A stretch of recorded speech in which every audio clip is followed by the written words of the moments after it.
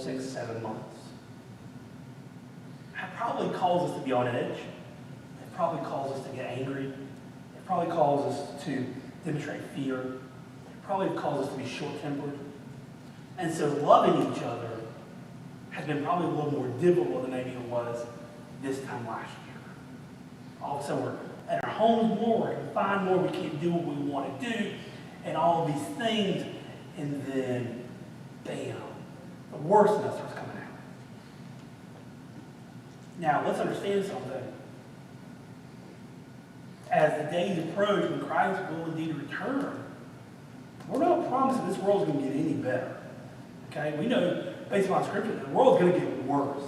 Okay? As Christ prepares to return to bring his church back, we're not going to see all this joy and all this peace and stuff. It's going to get worse. And so, in all these things, and all this stress, and all these things that the world brings at us, we're still called to love each other. Even in our sinfulness, even in our flesh, even in all the things that we deal with, we're still called to love each other. Is it easy? Absolutely not. But it's what we're called today. We're called to love our family, we're called to love our friends, we're called to love our community, we're called to love each other in this building. And let's just be honest with ourselves. Sometimes that's what's difficult, is love each other in here and to love each other in our homes. Okay? Just be honest with you. And so, but we're still called to do that. And Peter tells us why here. He goes and says in verse 8, it says love covers a multitude of sin, and love does. It covers the sins of those that are seeking to love, also the ones that are seeking to be loved on. It is only to the love of Christ that we have forgiveness of our sins. It's only the love of Christ that he died for us. So indeed, the love of Christ, the blood shed on Calvary, covers all of our sin. As we love people, as we receive that love, when it's easy, when it's hard, when we don't want to. And we wake up some days and we don't want to love people. We definitely don't want to like people. But we're still called to do that as believers. So we said time and time again, it's how we love people, how we interact with people, puts the gospel on display in people's lives. And sometimes us loving somebody is the only love of Christ that they're going to see, that they're going to hear about. It's how what they observe in our lives. We love people because God calls us to love them even when they're difficult. Because guess what? You know and I know. We know when we're having bad days and we're being difficult. We might not want to admit it, but we know. Give us about 5 or 10 seconds alone and we can kind of come to that realization in our minds of, I'm being someone that's probably difficult today. That doesn't necessarily change how we act, but we just at least can admit in our heads that we're being difficult. So even in those times when we're difficult or somebody else is being difficult, we can love them.